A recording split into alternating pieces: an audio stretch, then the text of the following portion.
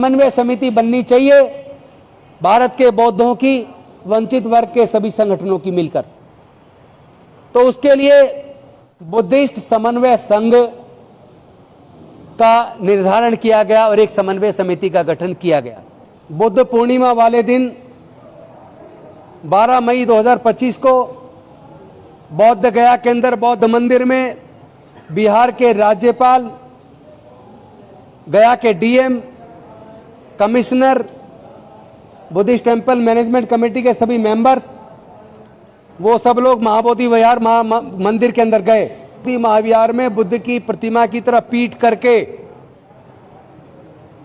और जो छोटा बुद्ध का स्तूप हुआ करता था कभी, उसको शिवलिंग का प्रतीक बताते हुए ब्राह्मणों के द्वारा मंत्रोच्चार से पूजा अर्चना करके बुद्ध पूर्णिमा वाले दिन पूरे दुनिया की बौद्धों की आस्था को ठेस पहुंचाई। गुंडों ने जय श्री राम का नारा लगाकर जय भीम बोलने वाले लोगों के ऊपर हमला किया, यहां तक कि एक भिक्षुणी के ऊपर भी हमला किया। उन्होंने एक तरफा कार्रवाई करते हुए बनते विनयाचार्य जी को हत्या का प्रयास का झूठा मुकदमा, दंगा करने का झूठा मुकदमा, धमकी देने का झूठा मुकदमा दर्ज करके उनको गिरफ्तार कर लिया और जेल भेज दिया। सबसे पहले तो मैं समस्त मीडिया बंधुओं को आभार व्यक्त करता हूं, आप अंबेडकर भवन पे आए। आपको सबको याद होगा 12 फरवरी 2025 से बौद्धों की आस्था का केंद्र, जहां तथागत बुद्ध को ज्ञान की प्राप्ति हुई थी, उस बौद्ध गया स्थित महाबोधि महाविहार की मुक्ति का आंदोलन 12 फरवरी 2025 से लगातार चल रहा था। और आपने देखा कि उस आंदोलन को कुचलने के लिए सत्ता ने कई प्रकार के हथकंडे अपनाए। यहां तक कि बुद्ध पूर्णिमा वाले दिन 12 मई 2025 को बौद्ध गया के अंदर बौद्ध मंदिर में बिहार के राज्यपाल, गया के DM, commissioner, Buddhist temple management committee के सभी मेंबर्स, वो सब लोग महाबोधि विहार मंदिर के अंदर गए और राज्यपाल महोदय सहित उन लोगों ने बुद्ध पूर्णिमा वाले दिन महाबोधि महाविहार में बुद्ध की प्रतिमा की तरह पीट करके और जो छोटा बुद्ध का स्तूप हुआ करता था कभी, उसको शिवलिंग का प्रतीक बताते हुए ब्राह्मणों के द्वारा मंत्रोच्चार से पूजा अर्चना करके बुद्ध पूर्णिमा वाले दिन पूरे दुनिया की बौद्धों की आस्था को ठेस पहुंचाई। और भारत ही नहीं, पूरे दुनिया के बौद्धों का अपमान किया। और केवल इतना ही नहीं, उनके इस कृत्य से दो धर्मों के बीच में वैमनस्य पैदा करने की कोशिश हुई। जो कम्युनल हार्मनी है उसको बिगाड़ने की कोशिश हुई। और इसके साथ साथ अगले दिन 13 मई को उसी महाबोधि महाविहार के प्रांगण में, जहां पूरे दुनिया के आस्था की वजह से बौद्ध लोग आते हैं, वहां कुछ गुंडों ने जय श्री राम का नारा लगाकर जय भीम बोलने वाले लोगों के ऊपर हमला किया, यहां तक कि एक भिक्षुणी के ऊपर भी हमला किया। और जब इसकी सूचना बनते विनयाचार्य जी को मिली, वो वहां शांति स्थापित करने के लिए गए, लेकिन चूंकि वो षड्यंत्र सत्ता का था, महाबोधि महाविहार मुक्ति आंदोलन को कुचलने का था, पूरा षड्यंत्र बिहार की सरकार ने किया था। उन्होंने एक तरफा कार्रवाई करते हुए बनते विनयाचार्य जी को हत्या का प्रयास का झूठा मुकदमा, दंगा करने का झूठा मुकदमा, धमकी देने का झूठा मुकदमा दर्ज करके उनको गिरफ्तार कर लिया और जेल भेज दिया। और अभी उनकी जमानत नहीं हुई है। ये कृत्य, ये घिनौना कृत्य बिहार की सरकार ने राज्यपाल को मुखौटों को आगे करके किया। और जिसने महाबोधि महाविहार में जय श्री राम का नारा लगा के दंगे किए, मारपिटाई की, उसकी फुटेज अवेलेबल है। दुख की बात है कि बिहार की सरकार ने, गया की पुलिस ने, प्रशासन ने उस व्यक्ति के खिलाफ कोई कार्रवाई नहीं की, जबकि कार्रवाई उसके खिलाफ मुकदमा दर्ज के की जानी चाहिए थी। और इस पूरे आंदोलन को कुचलने का प्रयास किया। 13 मई को बौद्ध गया के सिक्किम हाउस में तमाम पूरे भारत से जो बौद्ध प्रतिनिधि उस आंदोलन के लिए आए हुए थे, जितने भी बौद्ध भिक्खु आए हुए थे, ऑल इंडिया बुद्धिस्ट फोरम सहित तमाम लोग इकट्ठे हुए। आकाश लामा भी थे, बनते प्रज्ञाशील जी भी थे, बनते विनाचार्य जी भी थे और तमाम बौद्ध भिक्षु वहां उपस्थित थे। वहां पे मीटिंग हुई और मीटिंग में यह तय हुआ आपस में समन्वय बनाया जाएगा, बिहार की सरकार के हथकंडे को, षड्यंत्र को सफल नहीं होने देंगे। वहीं पे यह भी तय हुआ कि जो 12 मई को बौद्ध मंदिर में आके राज्यपाल महोदय ने, डीएम ने, कमिश्नर ने मिलकर जो बौद्धों की आस्था का अपमान किया है, उसके खिलाफ 5 जून को दिल्ली के जंतर मंतर पे विशाल प्रदर्शन किया जाएगा। उसी के तहत परसों वो विशाल प्रदर्शन किया गया और उसी 13 मई को सिक्किम हाउस में यह भी तय हुआ सबके बीच में सर्वसम्मति से कि दिल्ली के अंदर 5 के प्रदर्शन के बाद 6 और 7 को और 8 को 3 दिन पूरे भारत के बौद्ध प्रतिनिधियों का सम्मेलन किया जाएगा और वहां जितने भी देश में बौद्ध संगठन चल रहे हैं, अम्बेडकरवादी संगठन चल रहे हैं, वंचित वर्ग के, पिछड़ों के जो संगठन चल रहे हैं, बहुजन समाज के, उनमें एक समन्वय स्थापित करने का भी एक प्रयास किया जाएगा। लेकिन बाद में आकाश लामा जी की तरफ से आया कि 3 दिन में ज्यादा खर्च होगा, छोटा कर लो, 2 दिन कर लो। तो उनकी बात को मानते हुए उसको 2 दिन का प्रतिनिधि सम्मेलन किया गया जो अंबेडकर भवन में कल से चल रहा है और आज अनेकों निर्णय लेकर उसको समापन किया गया, सबके लिए मंगल कामना के साथ। और उस सभा में अनफॉर्चुनेटली आकाश लामा नहीं आए, हमें नहीं जानकारी है वो किस चीज में व्यस्त हैं, लेकिन पूरे देश के 500 के आसपास प्रतिनिधि उस सभा में आए। 19 राज्यों के प्रतिनिधि आज सभा में उपस्थित रहे हैं। सबने देखा कितने शांतिपूर्ण वातावरण में 2 दिन से प्रतिनिधि सम्मेलन चला। 8 विषयों पे चर्चा हुई। सर्वसम्मति से चर्चा करने के बाद, लेंदी डिस्कशन और हेल्दी डिस्कशन करने के बाद बौद्ध भिक्षुओं के सानिध्य में आज सर्वसम्मति से फैसला लिया गया। उस फैसले में यह तय हुआ कि एक समन्वय समिति बननी चाहिए भारत के बौद्धों की, वंचित वर्ग के सभी संगठनों की मिलकर। तो उसके लिए बुद्धिस्ट समन्वय संघ का निर्धारण किया गया और एक समन्वय समिति का गठन किया गया।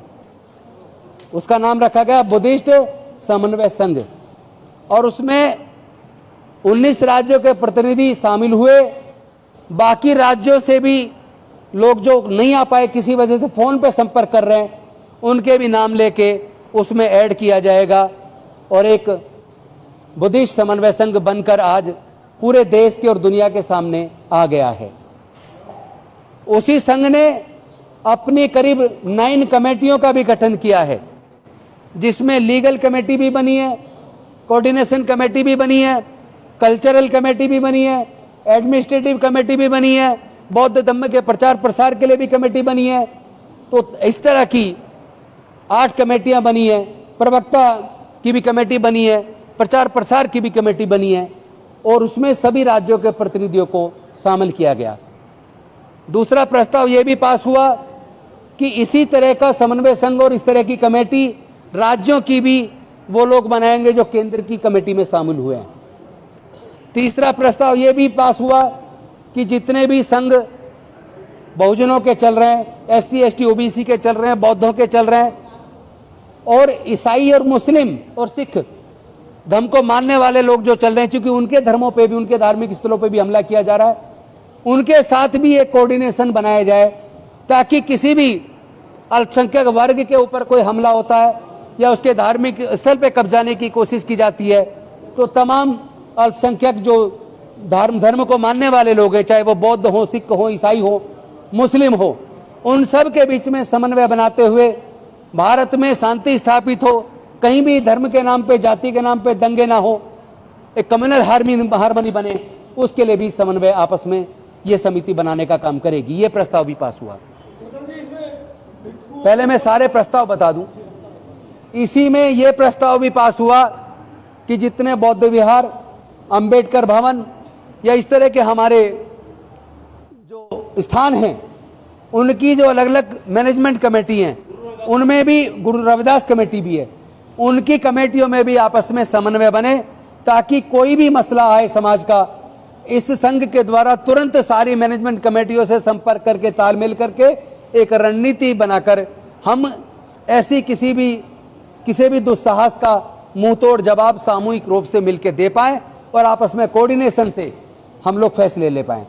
इसी में एक फैसला ये भी हुआ, चाहे वो आरक्षण से संबंधित मसला है, चाहे किसी दलित उत्पीड़न का, क्रिश्चियन उत्पीड़न का, या हमारे बाकी मुद्दे पर जो उत्पीड़न की घटनाएं होती हैं उस पर टुकड़ों में संगठन लड़ाई ना लड़ें। हम सारे संगठन तुरंत आपस में समन्वय बनाकर और एक विस्तृत रणनीति के साथ सरकार के खिलाफ अपने शोषण के विरुद्ध न्यायोचित मांगों के लिए एक राय होके अपना आंदोलन चलाएंगे। ये भी फैसला इस 2 दिवसीय समिति के अंदर, सम्मेलन के अंदर तय किया। और इसी के अंदर ये भी तय हुआ कि बौद्ध धम्म का प्रचार प्रसार, बौद्ध विरासत को संरक्षण करना, ये तमाम मुद्दों के लिए भी हमारी जो कोऑर्डिनेशन टीम है, समन्वय समिति है, वो उसके लिए भी काम करेगी। तो इस तरह के तमाम मुद्दों का फैसला आज हुआ है। और हम लोग ये भी तय हुआ कि अलग अलग राजनीतिक पार्टियों से, अलग अलग सरकारों से तालमेल बिठाकर उनके द्वारा जो मसले सरकार से हल कराए जाने हैं या विपक्षी पार्टियों का अपने जायज मसलों में समर्थन लेना है, उसके लिए पॉलिटिकल लोगों की भी एक कमेटी बनाई जिसमें कुछ विधायक साथी है और सांसद भी उसमें रहेंगे। वो मिलके, चाहे वो किसी भी पार्टी के हों, लेकिन सामाजिक मसले पर वो अपनी पार्टी में रहते हुए भी एकजुट होकर समाज की बात को सत्ता के साथ मिलकर, सरकारों के साथ मिलकर, अपने अपनी पार्टियों के माध्यम से भी उसको भी आगे बढ़ाने का काम करेंगे, ताकि उनकी अपनी राजनीति अपनी जगह है, लेकिन समाज के मुद्दों पर मिलकर अपनी लड़ाई लड़ पाएं। और साथ ही ये भी तय हुआ, कोई भी मसला आता है तो हम संसद के अंदर भी, विधानसभाओं के अंदर भी अपने सांसदों और विधायकों के माध्यम से अपनी आवाज को मजबूती के साथ बुलंद करेंगे। और यह भी फैसला हुआ कि तमाम राज्यों में जिन लोगों की आस्था को ठेस पहुंची है इस तरह की वीडियोस देखकर, वो लोग अपने अपने राज्य में ऐसे कृत्य के खिलाफ मुकदमा दर्ज कराने के लिए कंप्लेंट दायर करेंगे। तो ये सारे मसले आज की मीटिंग में बड़े सौहार्दपूर्ण वातावरण में आज फाइनल किए गए, पास किए गए, पूर्ण बहुमत से किए गए और बहुत अच्छे वातावरण में आज हमने ये सारे मसले तय किए। इसके लिए मैं समस्त आए हुए साथियों का और बौद्ध भिक्षुओं का मैं सम्मान करता हूं, स्वागत करता हूं कि आपने बहुत अच्छे वातावरण में ये सारे फैसले करवाए हैं। आगे की प्रेस कॉन्फ्रेंस को संबोधित करने के लिए हमारे जो प्रवक्ता निर्धारित किए गए हैं, आदरणीय बुद्ध अलंकार जी, बीपी निगम साहब, आप लोग आगे की बात रखें। उससे पहले अगर कोई सवाल पूछना आप चाहते हैं तो आप पूछ सकते हैं।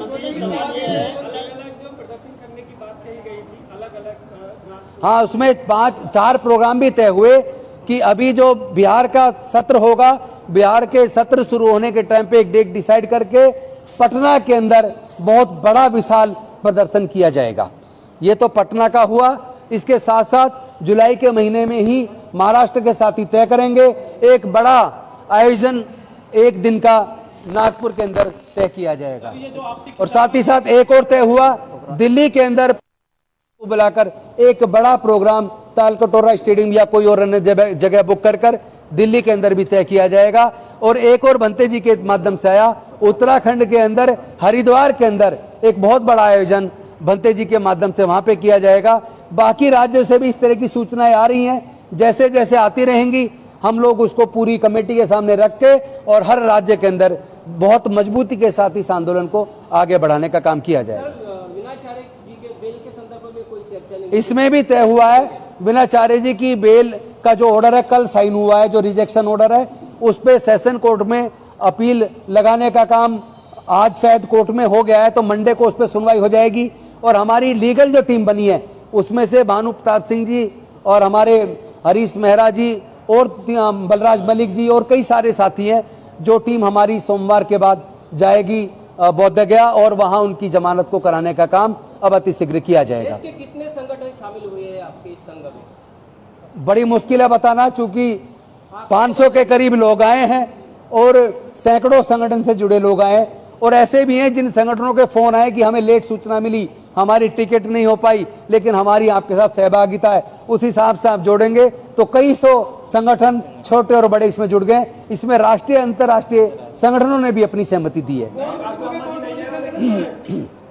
बौद्ध भिक्षुओं के कौन-कौन से संगठन शामिल हुए इसमें? सारे संगठन बौद्ध भिक्षुओं के भी शामिल हुए हैं, सारे संगठन शामिल हुए हैं। और अभी जो भिक्षु संघ की भी नीचे मीटिंग होगी और वो भिक्षु संघ अपना फैसला करके इसका नेतृत्व जो टीम करेगी उसको संरक्षण देने का काम सारे भिक्षुओं के संगठन मिलकर करने वाले हैं, उन्होंने तय कर दिया। आंदोलन की सहमति क्या बनी है? बौद्ध भिक्षु लीड करेंगे, उपासक लीड करेंगे, उपासक लीड करेंगे, मार्गदर्शन बौद्ध भिक्षुओं का होगा। आकाश लांबा की क्या रहेगा? आकाश लामा जी के सामने और उन्हीं के द्वारा माइक से संचालन हुआ था 13 मई की मीटिंग का, और उन्हीं के द्वारा वो प्रस्ताव सबके सामने रख के पूर्ण बहुमत से पास कराए गए थे। अब वो क्यों नहीं आ पाए, बीमार हैं, अपनी माँ से मिलने गए, कहाँ हैं, उसकी जानकारी नहीं मिल पाई है, और वो जब जानकारी मिलेगी आपको बता दी जाएगी। समिति कब तक आप लोग बना लेंगे अपनी? समिति बन गई है, एक सवाल, अध्यक्ष महासचिव नहीं होगा, संघ बना है, संघ फैसले लेगा।